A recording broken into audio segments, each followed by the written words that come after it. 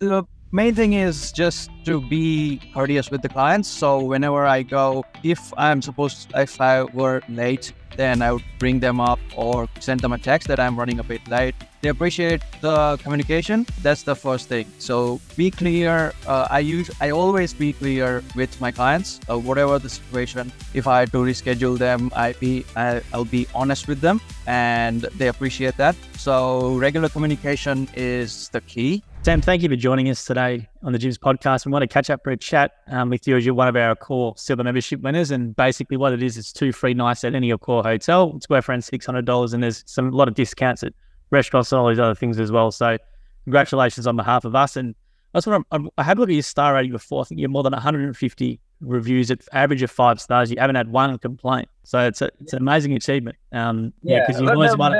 There was one complaint, but I had it it was a genuine, a genuine thing. And I requested my franchisor, and she looked into it, and then she deleted it. No, it's an amazing achievement. You obviously do great customer service. I had a look at your reviews from customers, and they all say you're very gentle with their dogs, and they will really appreciate how you treated their animals. Yeah, so I make sure that the dog is most comfortable. Even if they're slightly imperfect in their grooms, the clients don't mind because most of them have nervous dogs and they don't keep still. The clients understand that, and that's why it works, and it pays to be gentle and kind and more courteous. Yeah, you had a lot of comments saying that, and they all appreciated that. I had a read through before. And what were you doing prior to Gyms Dog Wash, Sam? What were you doing? I was actually in Brisbane before I came down to Tassie. I was an NDIS support worker. And when I moved here, I'm on a visa at the moment. I'm not a resident. And when I came to Tassie, I was on a student visa, and I was studying, and I was struggling to find work. So I was basically unemployed for about 5 months after moving to Tassie.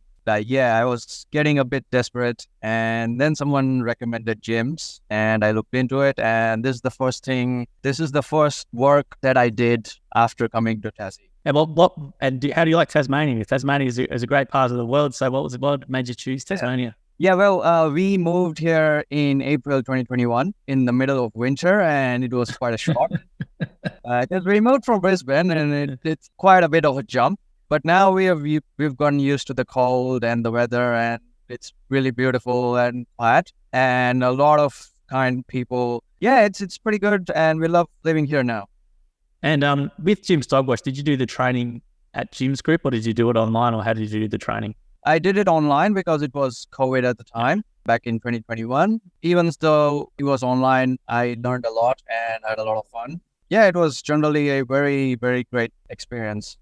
And what about the dog grooming side of the training as well? That was on one-on-one, and that's a funny story as well. So I was supposed to start on the 16th of October on the road, and then there was a lockdown for 3 days, and I had to delay the start. That was on the last day of my training, and we were all pumped up, and that 3-day lockdown drained all the energy. But we quickly got into it, me and my wife, and we picked up our trailer, and we were on the road from Monday after that week.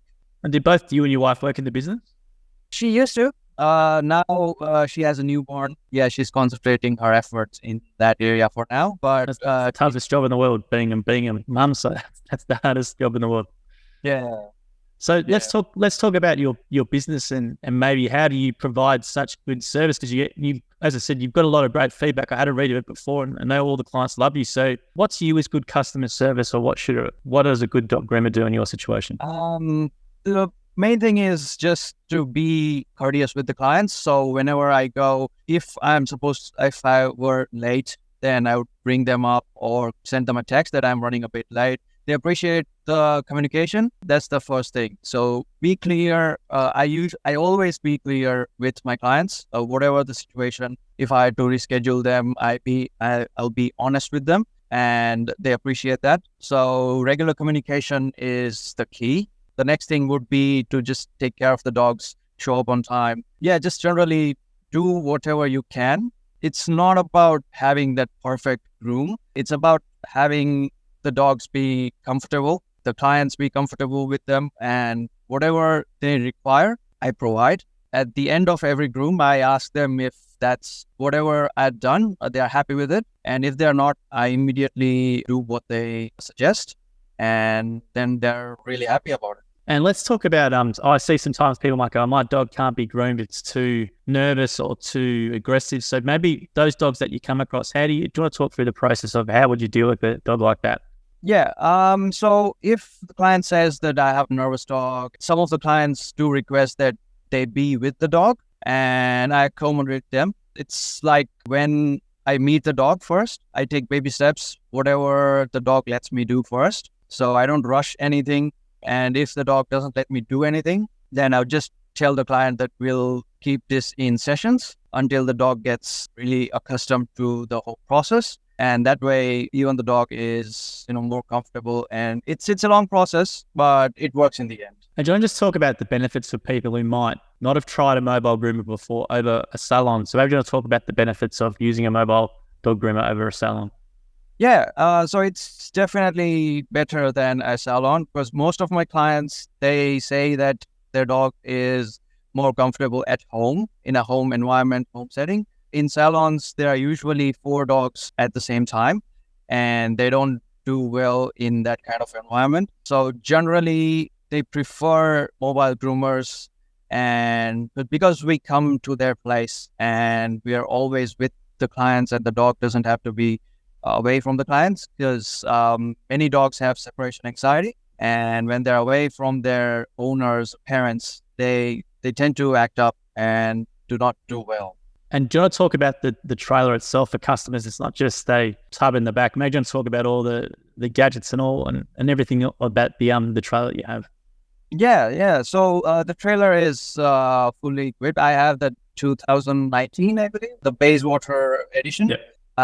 It has aircon, it has a hydro bath, a hot water system, and everything is fully equipped. Works well, never had a problem. And yeah, it has an electric table, which really helps me out because most dogs, they are big. For a skinny guy like me, it's really helpful if the table goes up and down. For sure. Yeah, no, I'm just making it clear to customers as well. It's hot water because sometimes customers think it's cold water, though. It's actually warm water or, hot. They're going to be very comfortable when they come in the trailer.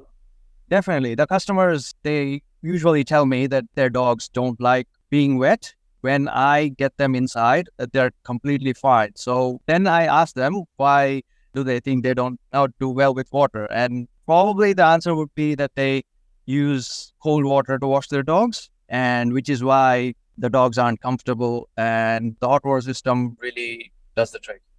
Now, how many regular customers or how many customers do you have in your business at the moment? At the moment, I have about 60, 65 regular clients. They're on a regular 4, 6, and 8 weeks basis. And there are also clients who don't like to book in advance because they have personal things and stuff. So I'm flexible with that. They usually give me a call a couple of weeks earlier and I fit them in my schedule. And it works for them and me as well. So yeah, no complaints there. And how many jobs roughly do you do a week? A week. So in a day, at an average, I do about 5. And most weeks I work 5 days a week. So about 25 jobs a week. And maybe if it's a busy time of the year, like summer or Christmas, then it'll be like 6 or maybe 7 days a week as well. Well, and in your business, even though it's called dog washing grooming, is there any other services you can provide? I do provide treats. I do provide treats with the clients. Every client I go to, I ask them if they want some treats because they're pretty good. I order it from a company in New South Wales, and they're really good and high value training treats. So most of my clients like that. And what type of dogs do you do? Like what sort of breeds? Maybe you want to let people know about. Is it obviously small and they're big, but what type of breeds do you come across? Yeah, there are a lot of Maltese Shih Tzus. I do a lot of small breeds, like Maltese Shih Tzus and Poodles, Cavoodles. And then there are larger breeds as well, like Huskies, Malamutes, Golden Retrievers, mostly Terriers as well. They're small and big. There's one that I want to particularly mention. It's an Irish Wolfhound. It's really big, weighs about 70 kilos. Wow. And barely fits in the trailer. but I make space for the dog, and the clients love it. What's your personal favorite type of breed to groom? Poodles. They have really good coat on it, and I can really be creative with them.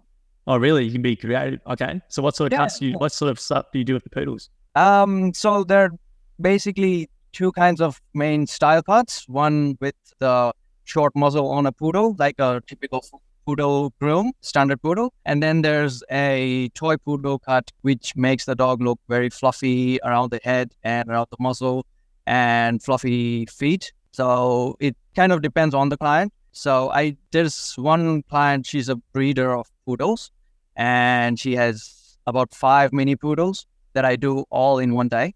Wow. The same play. And a couple of them would be the short style, and the other 3 would be like fluffy teddy bear things. And it's quite fun, and I play around with their feet, scissoring up little by little, and yeah, it's fun. And with your business, what do you enjoy most about doing your business? The most would be with the dogs. So I get to groom the dogs, make them feel generally happy, and provide a good service to the clients. There are many dogs who really need a groom. So if they are completely matted, I just clip them short, and they immediately feel better. They start jumping around, and it's really rewarding to see that behavior. And what are some maybe things that customers should be doing with their dogs? Because I've spoken to a few dog groomers and asked this same question. So from your perspective, what should customers do? Even though you come around and do the job, what should they do in between jobs, or what are the intervals? I know every dog's different, but what are some common mistakes that people make? The first thing would be to brush their dog. I know all the groomers would recommend that. Brush their dog every couple of days, at least, and use a brush that goes through their coat, because most clients use those, soft-handed brushes that really don't penetrate their thick coat. So no matter what breed or style of dog you have, brushing the dog takes care of 90% of all the problems. Yeah, no, and also when it comes time to groom, it makes it a lot easier for you, which means you can be quicker, plus not having to hurt their dog sometimes. I guess if there's knots and things you've got to unfortunately come across. Yeah, it really hurts when I try to pull out mats, and most dogs don't like it, and they just shy away from it, which is why it makes the process harder on them specifically, because it's kind of a vicious cycle. So the clients don't brush their dog. They get anxious in the trailer, so I have to cut them short. And then they book in for 6 to 8 weeks, but they cancel because they think their dog hasn't grown that much. And then they give me a call 3-4 months down the track, and the dog is a similar situation. And then I shave it all back again, and it all starts again.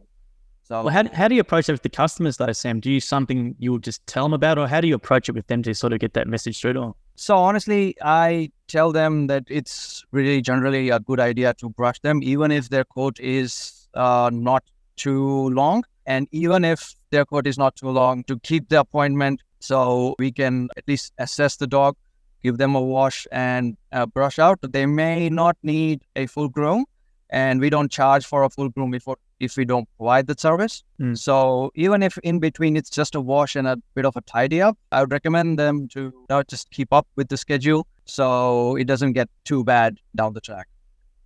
What type of dog do you have at home yourself? I have 2 huskies. 2 huskies? Yeah. They would need a lot of de-shedding and stuff, or? Yes, yeah, definitely. They shed all the time because they're generally inside and outside. So their coat don't know when to drop.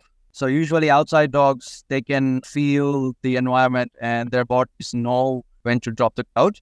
As most clients have like inside and outside dogs, their coats typically drop almost all the time around the year. And they definitely need a groom, wash, de-shed every 6 to 8 weeks. And what do you love about the husky breed?